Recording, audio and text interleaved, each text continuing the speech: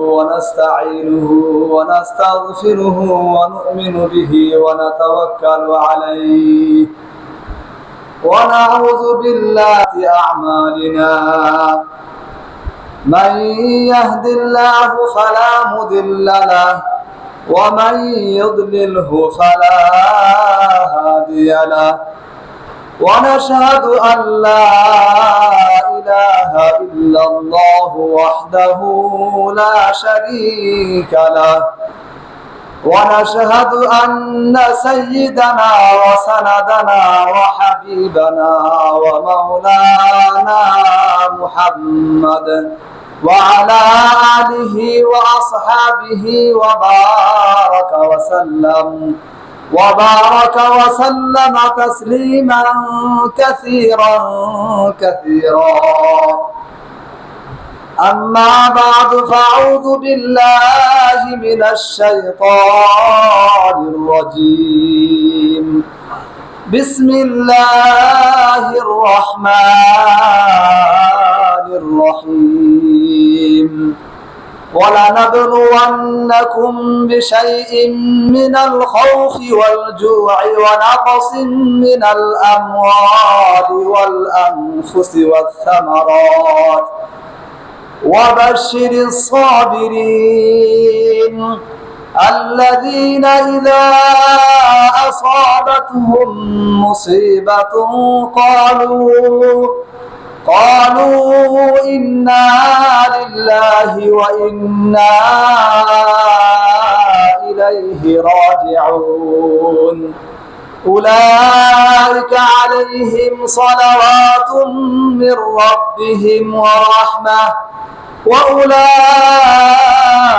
هم المهتدون وقال النبي صلى الله عليه وسلم أتيت النبي صلى الله عليه وسلم في مرضه فمسسته إنك لتوعك ثم وعكا شديدا وذلك إن لك أجرين يا رسول الله قال أجل ثم قال ما من مسلم يصيبه أذى إلا حاتت عنه خطاياه كما تحات ورق الشجرة أو كما قال عليه الصلاة والسلام وقال تعالى إن الله وملائكته يصلون على النبي يا أيها الذين آمنوا صلوا عليه وسلموا تسليما شكر درود إبراهيم পড়ি اللهم صل على محمد وعلى آل محمد كما صليت على إبراهيم وعلى آل إبراهيم إنك حميد مجيد اللهم بارك على محمد وعلى آل محمد كما باركت على إبراهيم وعلى آل إبراهيم إنك حميد مجيد بلغ العلا بكماله كشف الدجى بجماله حسنت جميع خصاله صلوا عليه وآله الحمد لله আল্লাহ পাকের দরবারে অসংখ্য অগণিত শুকরিয়া যে মহান আল্লাহ পাক রব্বুল আলামিন আমাদেরকে পবিত্র জুমার দিন রবিউল সানির তৃতীয় জুমায় আল্লাহ পাক রব্বুল আলামিন আমাদেরকে মসজিদে আগমন করার তৌফিক দিয়েছেন এবং তার হুকুম আদায় করার মতো আল্লাহ তাআলা সুযোগ দিয়েছেন। এই জন্য আমরা সকলে দিল থেকে শুকর আদায় করে বলি আলহামদুলিল্লাহ। আল্লাহ তাআলা অশেষ মেহেরবানি ও ফজল ও করম যে আল্লাহ পাক রব্বুল আলামিন আমাদেরকে হায়াত দান করেছেন, আমাদেরকে জীবিত রাখছেন, আল্লাহ তাআলা আমাদেরকে সুস্থ রাখছেন। এটা আল্লাহ তাআলার বড় এক নিয়ামত যে আল্লাহ তাআলা আমাকে তার ঘরে আসার সুযোগ দিয়েছে। ইবাদত করার মতো আল্লাহ তাআলা তৌফিক দিয়েছেন। দুনিয়ার সমস্ত মানুষকে আল্লাহ তাআলা ইবাদত করার সুযোগ দিয়েছেন, কিন্তু তৌফিক সকলকে আল্লাহ তাআলা দেন না। আল্লাহ তাআলা যাকে ইচ্ছা তাকেই তৌফিক দেন। তৌফিক নিজে থেকে হয় না, আল্লাহ তাআলার দয়ার দ্বারাই হয়। এরকম দুনিয়াতে আমরা আল্লাহ তাআলা দুনিয়াতে যখন আমাদেরকে পাঠাইছেন তখন থেকেই আমাদের উপরে কিছু বিপদ আপদ আল্লাহ তাআলা দিয়ে রাখছেন। বিপদ আপদ দিয়ে রাখছেন, একের পর এক আসবে, মুসিবত আসবে। হাদিসের ভিতরে স্পষ্ট ভাষায় বলা আছে আল্লাহ তাআলা সমস্ত মানুষকে এরকম বিপদ আপদ দিয়েই দুনিয়াতে পাঠাইছেন। দেখা যায় আমাদের হায়াত যদি 60 বছর থাকে তাহলে আমাদের আশা থাকে 100 বছরের। কত বছরের আশা থাকে? 100 বছরের হায়াত দিন দিয়ে চলে যায়। এই হায়াতের ভিতরে কিছুদিন পর পর পর পরেই আমার উপর বালা মুসিবত আসতে থাকে, একের পর এক আসতেই থাকবে আসতেই থাকবে।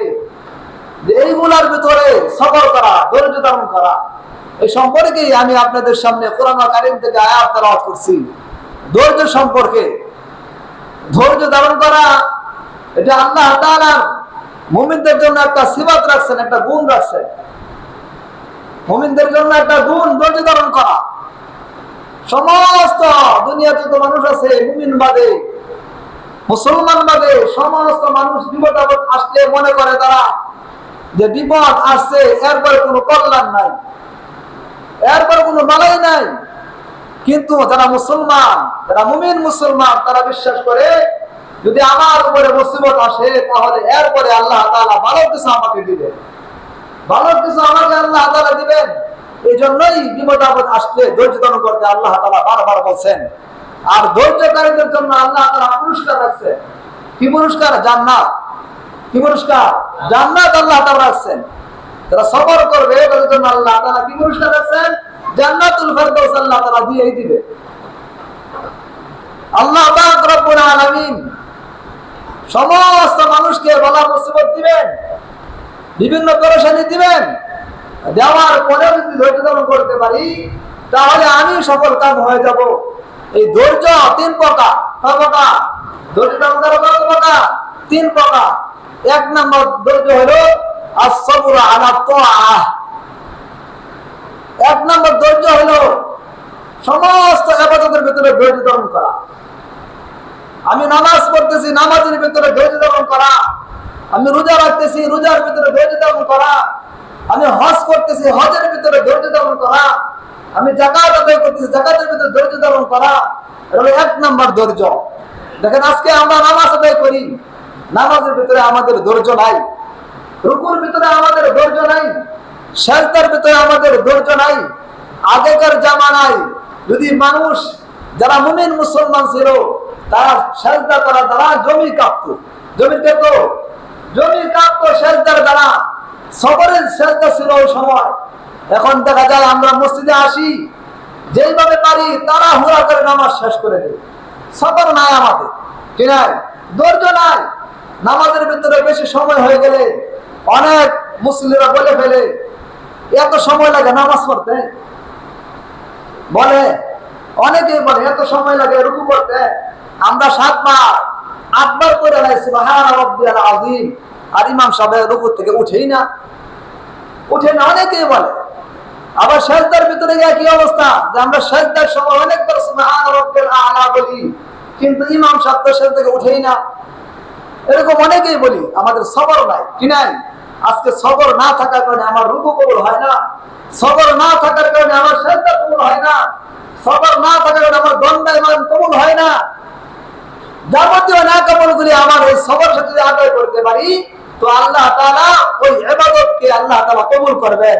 আর ওই ইবাদতের বদলায় আল্লাহ তাআলা আমার গুনাহগুলি মাফ করে দেবেন, মাফ করে দিবেন। 1 নম্বর সবর। 2 নম্বর সবর হলো as-sabru আলাল মাসিয়াহ। as-sabru আলাল মাসিয়াহ, সমস্ত গুনাহ থেকে হেফাজত থাকা, হেফাজত করা, নিজেকে সবর করা, গুনাহ থেকে বাঁচিয়ে রাখা। একটা সময় তো এমন ছিল গুনাহ করতে হলে অনেক দূরে যাইতে হইতো, অনেক দূরে যাইয়া আমরা গুনাহ করতাম, গুনার দিকে ধাবিত হইতাম। আর এখন তো আমাদের হাতের মুঠোয় গুনাহ চলে আসছে। গুনাহ করার জন্য সহজ পন্থা আমাদের সামনে চলে আসছে। সমস্ত কিছুর ব্যবস্থা আমাদের সামনে উপস্থিত।